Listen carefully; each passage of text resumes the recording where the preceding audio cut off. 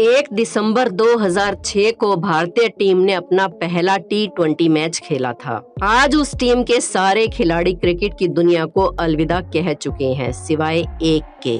लोगों को लगा कि अब ये कभी भी लौटकर वापस नहीं आएगा, क्रिकेट की गुमनामी के अंधेरे में कहीं खो जाएगा। लेकिन इसकी कहानी अभी बाकी है जो सारी दुनिया को सुनानी है। ये क्रिकेट की दुनिया का डॉन तो नहीं है, पर हाँ, इस साल IPL में RCB का खलनायक जरूर रहा है। ये खिलाड़ी कोई और नहीं बल्कि दिनेश कार्तिक है। आज इनकी कहानी हम आपको इसलिए सुना रहे हैं क्योंकि साउथ अफ्रीका के खिलाफ जो भारतीय टीम KL राहुल की कप्तानी में मैदान पर उतरी है, उस टीम में इनका नाम भी शामिल है। कार्तिक की कहानी में दमदार खिलाड़ी से प्यार और दोस्ती में मिले धोखे से शराबी बनने से लेकर सुसाइड करने और फिर अपने दमदार प्रदर्शन से भारतीय टीम में वापसी करने तक सब कुछ शामिल है। तो चलिए आज आपको बताते हैं इस दमदार खिलाड़ी दिनेश कार्तिक के प्यार करने से लेकर धोखा खाने तक की पूरी कहानी। लेकिन उससे पहले हमारे चैनल अनोखी दुनिया को सब्सक्राइब करके बेल आइकन को प्रेस कर लें।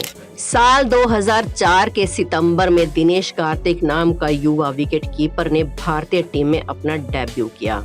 फिर आया इसी साल का दिसंबर, जिसमें महेंद्र सिंह धोनी ने वनडे डेब्यू किया और अपने 5वें मैच में सालों की खोज पूरी कर दी।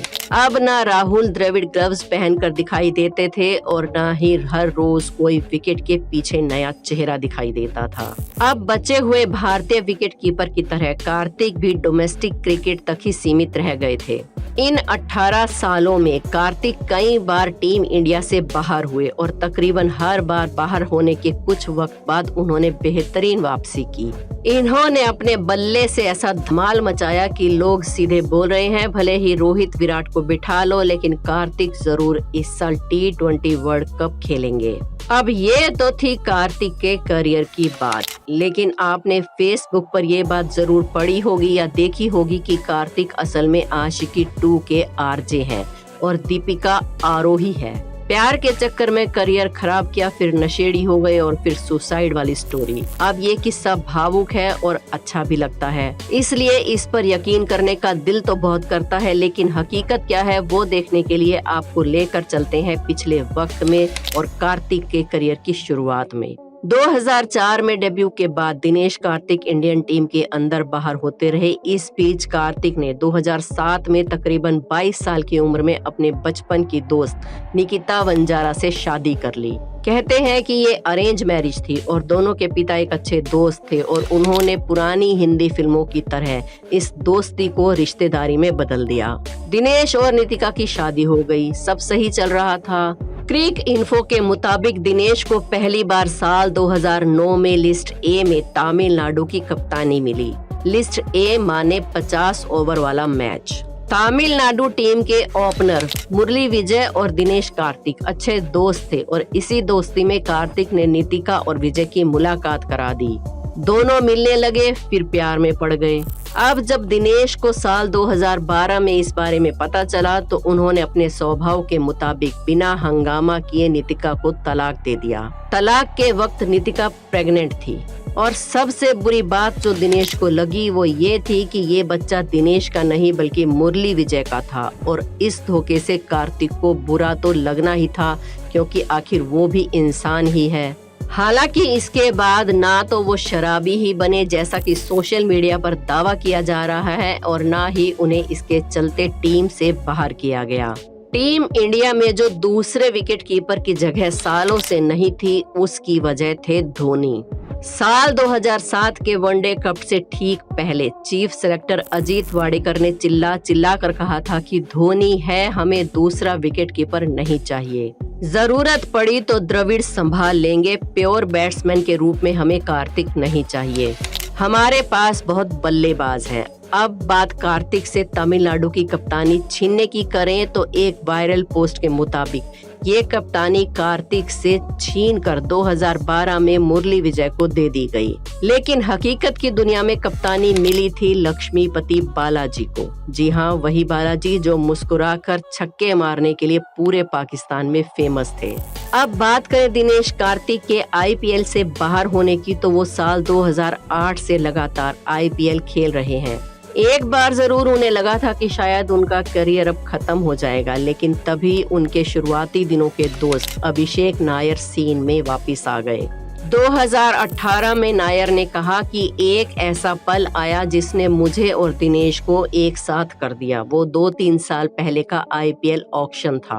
वो खुश नहीं था क्योंकि उसे बहुत कम दाम में खरीदा गया था। अपने पूरे करियर में वो इतने कम पैसों में कभी नहीं बिका था। वो इससे हिल गया था और उसे लगा कि शायद ये उसके करियर का अंत है। इसके बाद नायर बने कार्तिक की दूसरी पत्नी। जी हाँ, ये उनके खुद के अपने मुंह से बोले हुए ही शब्द हैं।